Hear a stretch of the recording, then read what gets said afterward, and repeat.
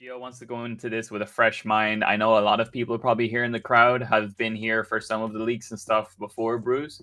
But I think a good way to bring Gio into it is kind of give the introduction to like the three ways to earn and the three ways you can partake in the Grand Arena as both a holder, a spectator, and maybe you want to whale out, right? Maybe you want to like own a ton of Mokis and what kind of play styles there is for people to do it and approach this going into Grand Arena. Yeah, I'll give a retread on that. So Grand Arena is taking the 8,887 Mokis because now one is unfortunately dead.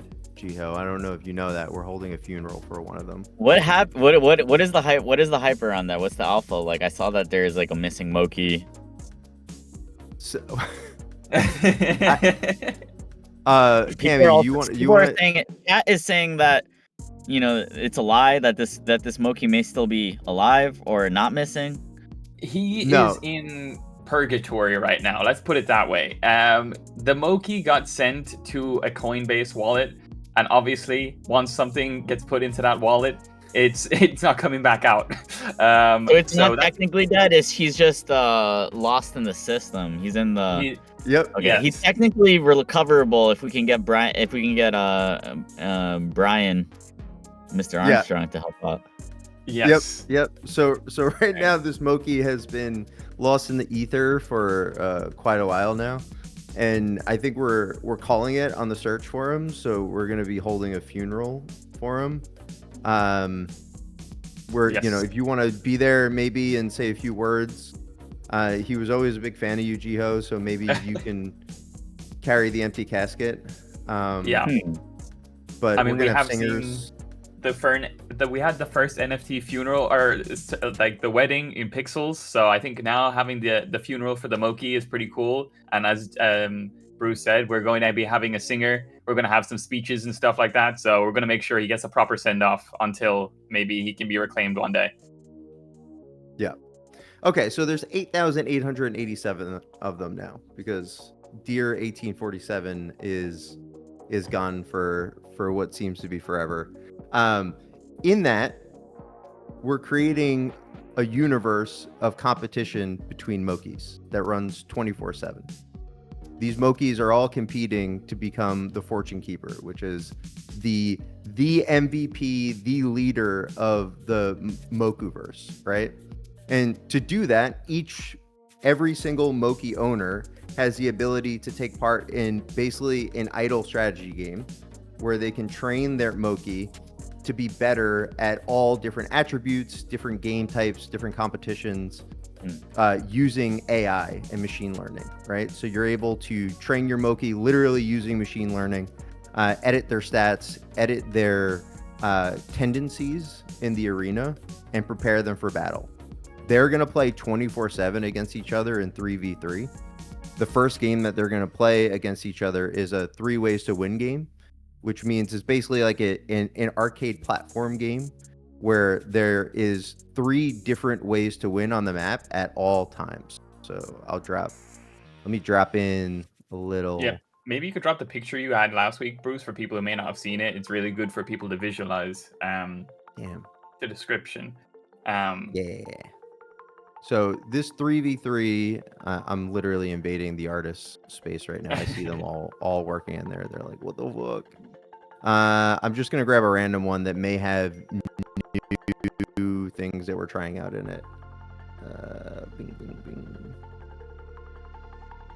Well, while Bruce is digging around for that, I just think from the description he's given, obviously, Gio, you have your kind of iconic Moki, like you have the Ronin Moki and stuff like that, and like with Moki's the banana. I had the banana, the banana Mogger, I guess. As technically his.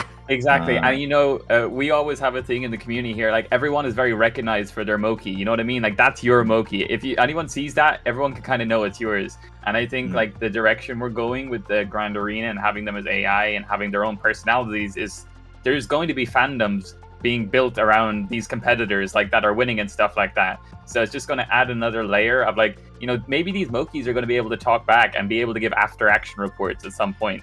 And there's going to be a new fan base being built around these individual characters and stuff like that, which is kind of cool because now we're not just looking at the traits and how they look and stuff like that. As Bruce highlighted, the metadata is going to be changing. They're going to have their own stats. So it just completely changes the way people are going to be approaching the marketplace, which I think is really, really cool. All right, I'll drop more. I don't know what is the official newest one is, so I'm just going to drop one of the backgrounds. Bro, so it's like this is literally Killer Queen setup vibe. We were just playing that, or we're going to the arcade to play Killer Queen. Well, you're gonna be super excited, Jiho, because the senior game developer for Killer Queen and Killer Queen Black is Gyro, and he is our games lead.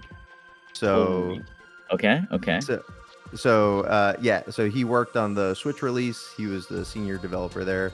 He's also working on the original arcade version. So it is going to be that 3 ways to win. There's going to be differences in it, in the combat and things like that, but it's going to be heavily inspired by that. So there is that 3 ways to win, where you're either collecting gacha balls, returning them to the top, you're eliminating the other team as a buff Moki, or you're riding Wart to the end of the stage, and he doesn't want to go, but he will go.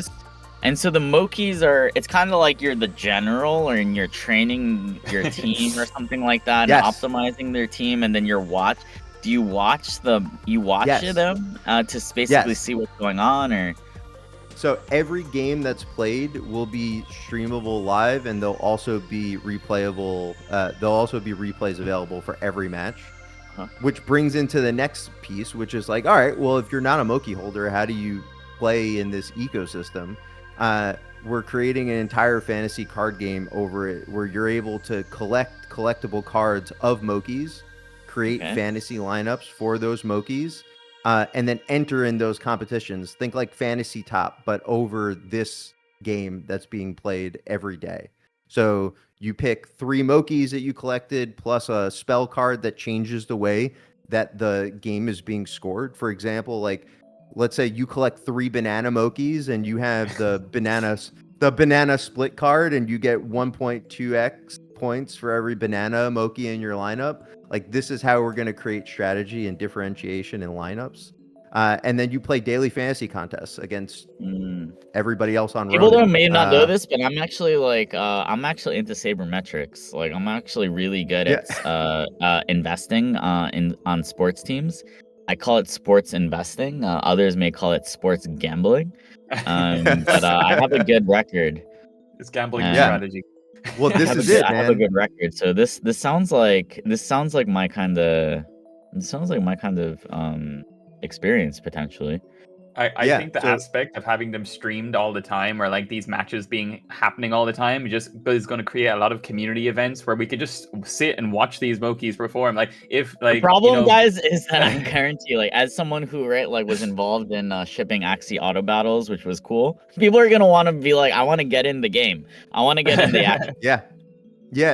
Which is a great point. And it's actually, I told Gyro that, and one of the great parts of this, one of the problems in Web3 right now is just player liquidity, especially on multiplayer team games. Like, being able to field 6 to 10 people in a concurrent match is really hard. Starting out as an auto battler with this fantasy game type over it is, I think, going to be really strong and solve the player liquidity problem. And also, I think it's like a different niche or vertical of games. There's people have a lot of games that they're already actively playing. There's too many MMOs, for example, or so many MMOs, right? So it could be that there's demand for something that's a little bit more like Football Manager-esque, right?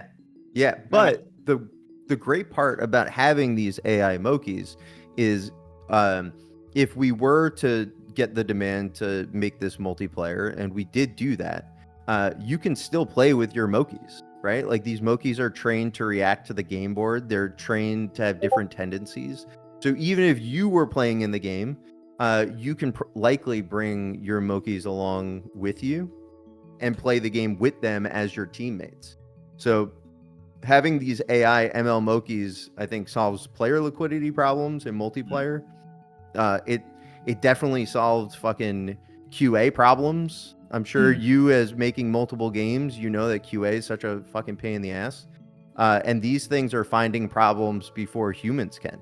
Like, we had one where the logic for the jump was like, it was good, but there was if you timed it perfectly, you can get a double jump out of it.